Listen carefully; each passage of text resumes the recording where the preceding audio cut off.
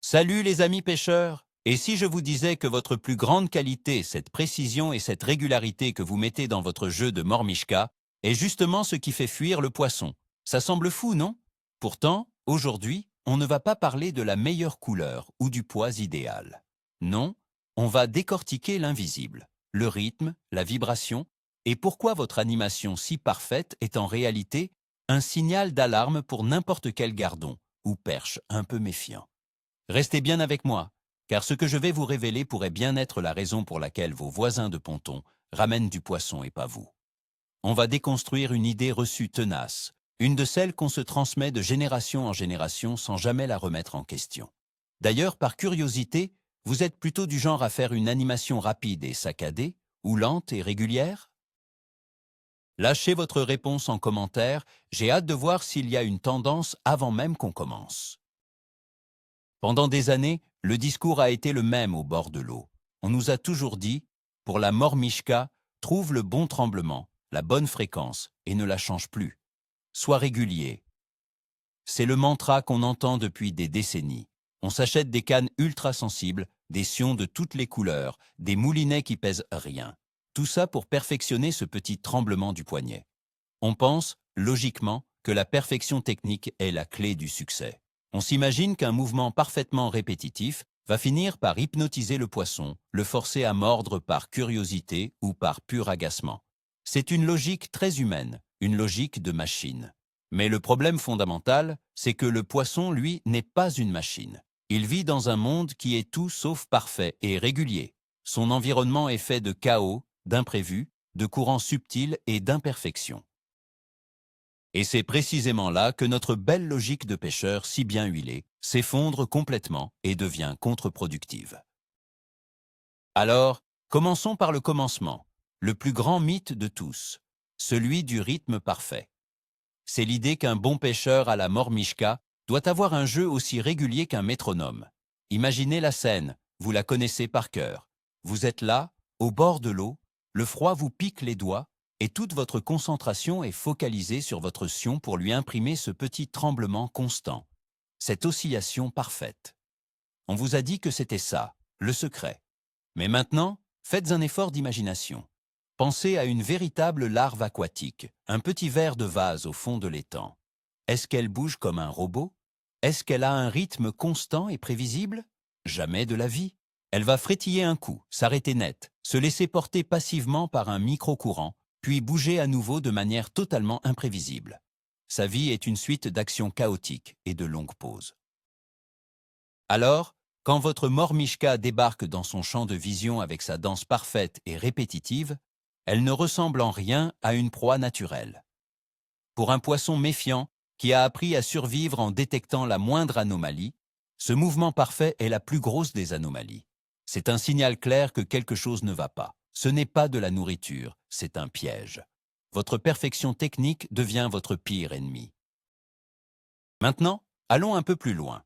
Parlons de la signature vibratoire humaine. C'est un concept un peu plus technique, mais très simple à comprendre. Même quand on essaie d'être parfaitement immobile, notre corps produit un micro-tremblement naturel. C'est notre système nerveux. Quand vous tenez votre canne et que vous essayez de créer une animation, ce tremblement se transmet le long du blanc, puis dans le fil, jusqu'à la Mormishka. Le problème, c'est que ce tremblement, même s'il est infime, est incroyablement régulier. Il a une fréquence qui est propre à l'être humain. Le poisson, lui, a passé des millions d'années à évoluer pour détecter les vibrations. Sa ligne latérale est un sonar ultra perfectionné. Il sait faire la différence entre la vibration d'une larve qui tombe, d'un petit caillou qui roule, d'un autre poisson qui fouille le fond, et la vibration suspecte, monotone et constante d'un leurre tenu par un prédateur au-dessus de la surface. Vous pensez être subtil, mais pour le poisson, votre animation régulière est comme une signature qui crie « humain, danger ». C'est une fréquence qu'il ne rencontre jamais dans son environnement naturel, et son instinct de survie lui ordonne de fuir immédiatement. C'est aussi simple que ça. Considérez le poisson comme un véritable détecteur de mensonges. Sa survie en dépend. Chaque jour, il doit décider en une fraction de seconde si ce qui bouge devant lui est une opportunité de se nourrir ou une menace mortelle. Sa ligne latérale, cet organe sensoriel incroyable, capte les moindres variations de pression dans l'eau. Une animation de Mormichka parfaitement rythmée crée une onde de pression constante et prévisible. C'est comme entendre quelqu'un marcher au pas dans une forêt silencieuse. C'est tout sauf naturel. Un insecte qui tombe à l'eau crée une vibration initiale, puis plus rien, ou presque. Une proie qui se déplace le fait par à-coups, avec des pauses, des accélérations. Jamais, au grand jamais, elle ne produit une vibration continue et monotone. Quand un gardon ou une perche détecte ce signal artificiel, son cerveau ne se dit pas « Tiens, une proie facile ». Il se dit « Alerte, quelque chose cloche ». C'est un mensonge vibratoire, et le poisson est programmé pour le déceler. Votre tentative de séduction par la régularité est perçue comme la plus maladroite des tromperies. Vous ne l'attirez pas, vous le mettez en état d'alerte maximale. L'une des plus grosses erreurs que l'on fait, c'est de vouloir imiter les autres pêcheurs. On voit le voisin sortir du poisson, on essaye de copier son geste, son rythme. Mais la meilleure source d'inspiration n'est pas sur la berge, elle est sous l'eau. La prochaine fois que vous êtes au bord d'un plan d'eau calme et clair, prenez 5 minutes. Ne pêchez pas. Observez. Regardez les petits organismes près du bord. Une gamarre qui se propulse par saccades. Une larve qui se tortille sur le fond. Un insecte qui vient de tomber et qui palpite frénétiquement pendant 2 secondes avant de rester immobile. Vous remarquerez une chose.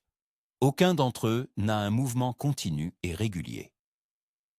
Leur signature, c'est le chaos, l'imprévisibilité. Il y a des accélérations soudaines, des arrêts complets qui durent pendant plusieurs secondes, des petits tressautements isolés. C'est ça, le vrai langage de la nature. Votre objectif ne devrait pas être de recréer le geste parfait que vous avez vu dans une vidéo, mais d'imiter cette imperfection. Votre Mormichka doit donner l'impression d'être une créature vivante et vulnérable, pas un automate programmé. Oubliez les autres pêcheurs et commencez à observer la vraie vie aquatique. Parlons maintenant de l'erreur de la danse agressive. C'est une tendance qu'on voit souvent, surtout quand rien ne mord. On se dit « je vais les réveiller ».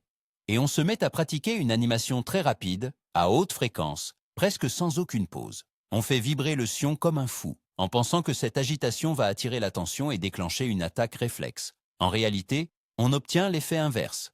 Dans le monde sous-marin, une agitation aussi frénétique et continue n'est pas le signal d'une proie facile, mais celui d'un danger imminent ou d'une créature en panique. C'est un signal d'alarme. Un petit organisme qui se sent menacé va avoir une brève accélération pour fuir, mais il ne va pas se mettre à trembler sur place indéfiniment. Ce que votre animation agressive communique aux poissons, c'est « Fuyez, il y a un problème ici ». Vous ne faites que renforcer leur méfiance. Au lieu de voir une collation potentielle, ils voient une source de stress et de danger. C'est comme si vous essayiez d'appâter un oiseau en agitant les bras dans tous les sens. Vous n'allez pas l'attirer, vous allez le faire fuir à tire d'aile. Calmez le jeu, la subtilité paie bien plus que l'agitation. Quelle est l'arme la plus puissante et la plus sous-estimée dans l'arsenal du pêcheur à la Mormichka? Ce n'est pas la canne, ni la couleur du leurre, c'est la pose. L'immobilité totale. C'est un concept qui va à l'encontre de tout ce qu'on pense savoir sur l'animation. On a l'impression que si on ne bouge pas, on ne pêche pas.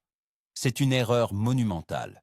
Imaginez le scénario. Vous animez votre Mormichka de façon rythmée. Un poisson méfiant l'a repéré de loin. Il est intrigué mais sur ses gardes à cause de ce mouvement suspect. Il s'approche, observe, mais n'attaque pas. Et soudain, vous arrêtez tout.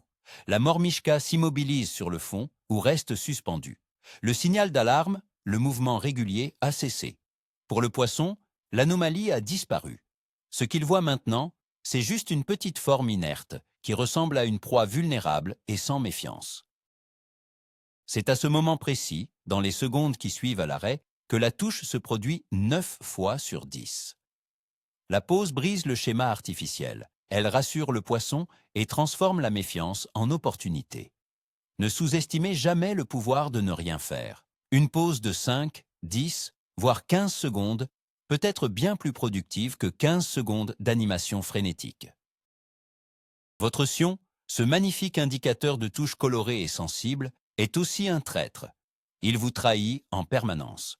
Vous passez votre temps à le regarder, à vous assurer qu'il a la bonne oscillation. Mais le poisson, lui, ne le voit pas. Par contre, il ressent parfaitement ce que le sion transmet.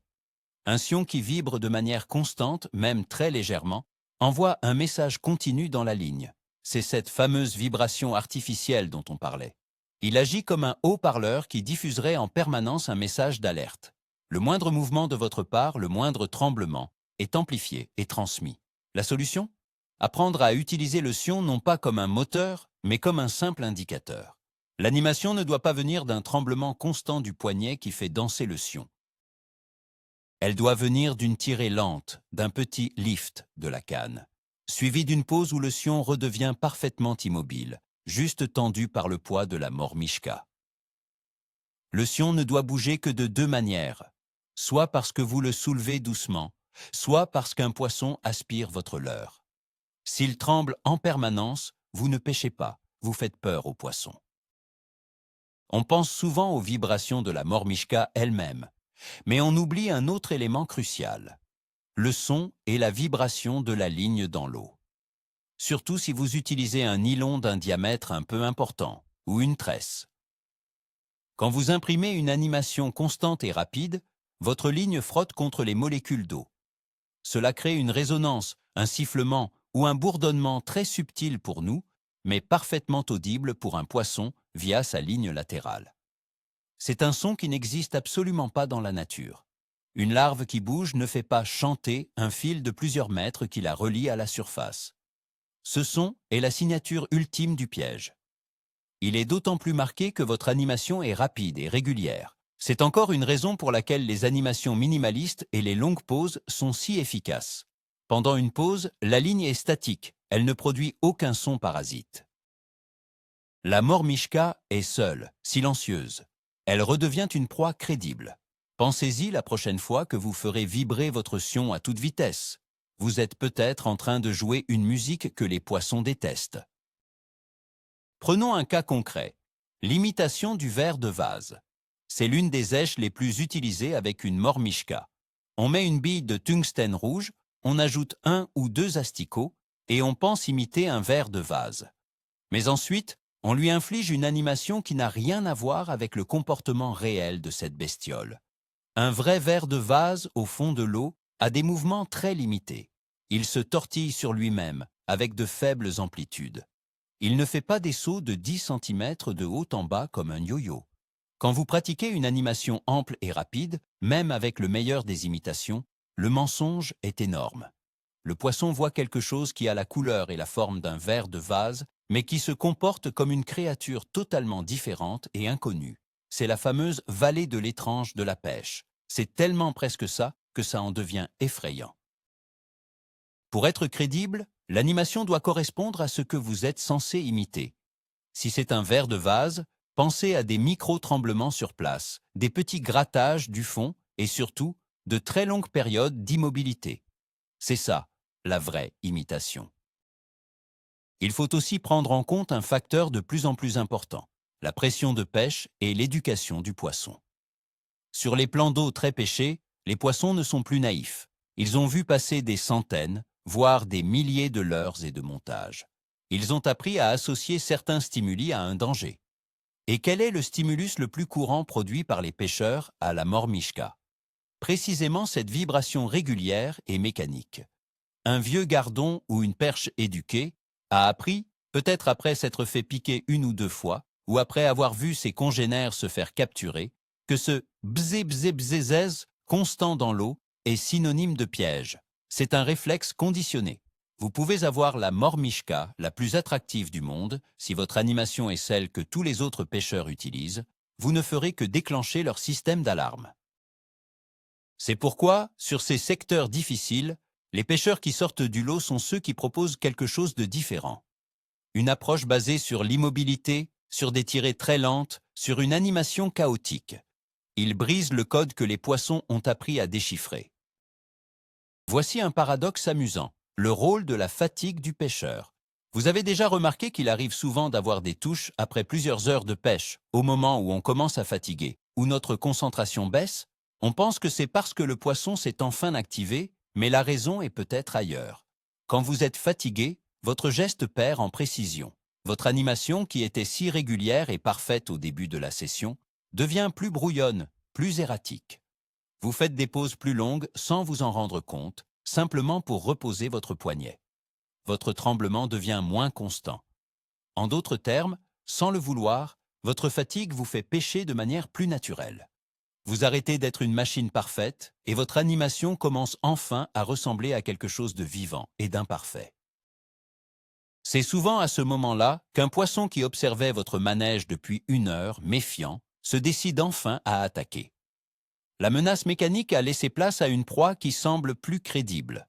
C'est une bonne leçon à retenir. Essayez de pêcher dès le début comme si vous étiez déjà un peu fatigué. Le matériel joue aussi un rôle crucial, et une canne trop rigide peut être un véritable amplificateur d'erreurs. On cherche souvent des cannes très résonantes, très raides, en pensant qu'elles nous permettront de mieux sentir le fond et les touches. C'est vrai, mais c'est à double tranchant. Une canne avec un blanc très rigide et rapide ne pardonne aucune erreur. Elle transmet la moindre vibration de votre main directement à la ligne, sans aucun filtre, sans aucun amorti. Votre tremblement nerveux, aussi léger soit-il, est retransmis intégralement à la mormishka. Cela rend votre présentation encore plus mécanique et artificielle. À l'inverse, une canne un peu plus souple, avec une action plus parabolique, va absorber une partie de ces micro-vibrations parasites. Elle va lisser votre animation, la rendre plus fluide et moins agressive. Le mouvement de la mormishka sera plus naturel, moins saccadé. Parfois, chercher moins de résonance et plus de souplesse peut radicalement changer la perception qu'a le poisson de votre leurre. Il ne s'agit pas d'avoir une canne toute molle, mais de trouver le juste milieu qui efface vos défauts au lieu de les amplifier. On tombe souvent dans le piège de l'illusion de la vitesse. Quand les touches à deux se font attendre, notre instinct nous pousse à accélérer, à couvrir plus de terrain, à rendre notre leurre plus visible. On augmente la fréquence et l'amplitude de l'animation, en pensant que plus ça bouge, plus ça a de chances d'être vu et d'intéresser un poisson. C'est une logique de prédateur, pas de proie. Pour un poisson, surtout en hiver quand son métabolisme est ralenti, une proie qui se déplace rapidement est une dépense d'énergie potentiellement trop importante pour être chassée. Pire, comme on l'a vu, un mouvement rapide et constant est souvent perçu comme une menace. Une proie facile, c'est une proie lente, imprudente ou carrément immobile. En ralentissant drastiquement votre animation, en faisant des tirées très lentes sur 50 cm suivies de pauses interminables, vous présentez une cible beaucoup plus attractive. Vous donnez au poisson le temps d'approcher, d'observer et de se décider à attaquer sans stress. La vitesse, dans la pêche à la mormishka, est très rarement votre ami. La lenteur, en revanche, est une vertu. Alors, concrètement, comment faire pour éviter ce piège de la régularité ? La solution est simple. Il faut apprendre à casser le rythme intentionnellement. Il faut désapprendre la perfection. Au lieu de chercher un mouvement constant, forcez-vous à être irrégulier. Voici une petite routine que vous pouvez essayer. Commencez par une série de 5 ou 6 petits tremblements très rapides et de faible amplitude. Puis, arrêtez tout net. Pause complète de 10 secondes. Ensuite, remontez très lentement la mormishka de 20 cm, sans aucun tremblement, juste une tirée linéaire et douce. De nouveau, pause de 5 secondes. Puis laissez-la redescendre en contrôlant la bannière. Une fois au fond, laissez-la inerte pendant 15 secondes. Vous voyez l'idée ? Il s'agit de créer une séquence d'animation qui n'a aucune logique, aucune répétition. Chaque mouvement est différent du précédent. C'est ce chaos contrôlé qui va rendre votre mormishka crédible aux yeux du poisson. Il ne pourra pas anticiper le prochain mouvement, et c'est ce qui va piquer sa curiosité au lieu de déclencher sa méfiance. Parfois, le meilleur animateur, ce n'est pas vous, mais la nature elle-même. Je parle de l'animation par le vent. Les jours où il y a une petite brise, vous avez un allié de taille. Au lieu de vous battre contre le vent pour essayer de maintenir une animation stable, servez-vous-en. Positionnez-vous de manière à ce que le vent souffle légèrement sur votre sion. Tendez votre ligne et ne faites presque rien. Le vent, par sa nature même, est chaotique. Il va souffler en rafales irrégulières, ce qui va faire trembler votre sion de manière parfaitement naturelle et imprévisible. Il va y avoir des micro-vibrations, puis des accalmies, puis des mouvements un peu plus amples. C'est l'animation la plus parfaite qui soit, car elle est totalement aléatoire. Le poisson ne peut absolument pas y déceler une signature humaine. C'est une technique d'une subtilité redoutable, surtout sur les poissons les plus éduqués. Tout ce que vous avez à faire, c'est de maintenir la tension dans la ligne et de laisser le vent travailler pour vous. C'est l'art de la pêche passive, et c'est souvent diablement efficace. Le poids de votre mormishka a aussi un impact direct sur le naturel de votre animation. On a tendance à utiliser des poids un peu trop élevés pour bien sentir le fond ou pour descendre plus vite. Mais une mormishka plus lourde a plus d'inertie. Il est beaucoup plus difficile de lui imprimer des mouvements subtils et erratiques. Le poids a tendance à lisser l'animation, à la rendre plus pendulaire, plus mécanique. Chaque fois que vous la soulevez, elle a tendance à retomber de manière très prévisible. Avec une mormishka très légère, en revanche, vous avez beaucoup plus de contrôle sur les micro-mouvements. Elle réagit à la moindre sollicitation de votre sion, mais aussi au moindre courant. Elle va papillonner à la descente, dériver de manière imprévisible. Son comportement est beaucoup moins mécanique. L'idéal est donc de toujours pêcher avec le poids le plus léger possible, qui vous permet encore de garder le contact avec le fond et de tendre votre ligne. Sacrifiez un peu de sensation au profit d'une présentation beaucoup plus naturelle. C'est un compromis qui paie presque toujours. Avez-vous déjà été témoin du syndrome du débutant chanceux? C'est ce jour où vous êtes au bord de l'eau avec toute votre technique, votre matériel de pointe, et à côté de vous, un débutant avec une canne bas de gamme fait un carton. C'est frustrant, mais c'est très instructif. Pourquoi est-ce que ça arrive? Souvent, c'est parce que le débutant n'a aucune technique. Son geste est maladroit, hésitant, complètement irrégulier. Il fait des pauses sans le vouloir parce qu'il démêle son fil. Son animation est une catastrophe technique. Mais du point de vue du poisson, cette animation catastrophique est bien plus naturelle que votre geste parfaitement maîtrisé. Ce manque de régularité, ce chaos, c'est justement ce qui rend son leurre crédible. Il ne fait pas peur aux poissons parce qu'il ne leur envoie aucun des signaux artificiels que vous, l'expert, envoyez sans vous en rendre compte. C'est la preuve ultime que dans cette pêche, l'hypertechnicité peut être un défaut. Le débutant ne pense pas, il fait, et en faisant n'importe comment, il fait souvent juste. Pour réussir, il faut changer complètement de perspective. Arrêter de penser comme un prédateur et commencer à penser comme une proie. Un prédateur est agressif, visible. Il cherche à impressionner. C'est souvent ce qu'on fait avec notre leurre. On l'agite, on le fait briller, on essaie d'attirer l'attention. Mais une proie, une vraie petite larve, fait tout le contraire. Son objectif principal est de ne pas se faire remarquer. Elle se déplace le moins possible, elle cherche à se fondre dans le décor. Ses mouvements sont discrets, minimalistes. Votre mormishka devrait adopter ce comportement. Elle ne doit pas crier « Regardez-moi, je suis là ». Elle doit murmurer « Je suis une petite chose fragile et sans défense ». Comment y parvenir? En privilégiant l'immobilité, en faisant des déplacements très courts et très lents, en grattant le fond au lieu de danser en pleine eau. Votre but n'est pas d'attirer le poisson de loin avec une animation tapageuse, mais de convaincre celui qui est déjà dans la zone que ce qu'il voit est une collation sûre et facile. C'est un changement de mentalité radical, mais c'est la clé. Tout ceci peut sembler théorique, mais l'expérimentation au bord de l'eau est très simple à mener. La prochaine fois, consacrez 1 heure de votre session à un test rigoureux. Choisissez un poste où vous savez qu'il y a du poisson. Pendant les 30 premières minutes, pêchez comme vous le faites d'habitude, avec votre animation rythmée et régulière. Comptez le nombre de touches. Ensuite, pour les 30 minutes suivantes, changez radicalement de stratégie. Appliquez la règle du chaos et de la pause. Par exemple, suivez cette séquence. 5 secondes de petits tremblements, suivis de 15 secondes d'immobilité totale. Puis, une lente tirée vers le haut, et de nouveau, une pause de 10 secondes. Variez les durées, soyez imprévisible. Et comptez à nouveau le nombre de touches. Je suis prêt à parier que dans la grande majorité des cas, vous obtiendrez des résultats spectaculaires pendant la deuxième phase. C'est en faisant ce genre de test comparatif que l'on se rend vraiment compte à quel point notre approche habituelle peut être inefficace, voire contre-productive. Les résultats parleront d'eux-mêmes.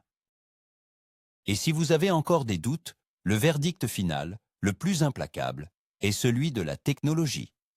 Que ce soit avec un bon sondeur live ou, encore mieux, une caméra sous-marine, l'observation du comportement du poisson face à différentes animations est sans appel. Quand vous regardez l'écran, vous voyez très clairement ce qui se passe. Sur une animation rapide et régulière, vous verrez les poissons s'écarter, ou, au mieux, observer de loin avec une méfiance évidente. Ils tournent autour, mais ne s'approchent que rarement. Puis, au moment exact où vous arrêtez tout et où la mormichka se pose sur le fond, vous les voyez se détendre et s'approcher à toute vitesse pour l'engamer. C'est flagrant. La caméra ne ment pas. Elle montre que l'animation sert souvent à attirer l'attention, à faire venir le poisson, mais que c'est la pause, l'immobilité, qui déclenche l'attaque. C'est la preuve par l'image que notre instinct de pêcheur, qui nous pousse à toujours être en mouvement, est fondamentalement erroné. Voir ça de ses propres yeux est une véritable révélation qui change la façon de pêcher pour toujours. Donc, pour résumer tout ça, le plus grand piège de la pêche à la mormichka, c'est notre quête de perfection. Cette régularité de métronome, ce geste technique impeccable que l'on s'efforce d'atteindre, c'est en fait un phare qui crie « pêcheur » à tous les poissons des environs. Le vrai tournant, le moment où tout bascule, c'est quand on comprend que l'imperfection est notre meilleur allié. Le chaos, les ratés, les tremblements involontaires et surtout les longues pauses, c'est ça, la vie sous l'eau. En arrêtant d'essayer d'être une machine, vous commencerez enfin à parler le langage du poisson. La prochaine fois que vous serez au bord de l'eau, ne vous concentrez plus sur la perfection de votre geste. Concentrez-vous sur l'imperfection. Laissez votre main trembler un peu. Faites une pause bien plus longue que ce qui vous semble raisonnable. Laissez le vent animer votre sion. Vous pourriez être stupéfait de voir que moins vous en faites, plus vous prenez de poissons. Merci infiniment d'avoir regardé cette vidéo jusqu'au bout. Si cette approche un peu à contre-courant vous a plu ou vous a fait réfléchir, mettez un gros pouce bleu, ça aide énormément la chaîne. Et bien sûr, abonnez-vous pour ne pas rater les prochains conseils qui sortent des sentiers battus. Et maintenant, la question qui tue pour le débat dans les commentaires, quelle est la plus longue pause que vous ayez jamais faite volontairement avec une mormichka avant d'avoir une touche? Partagez vos expériences, ça va être passionnant à lire. Allez, à la prochaine au bord de l'eau.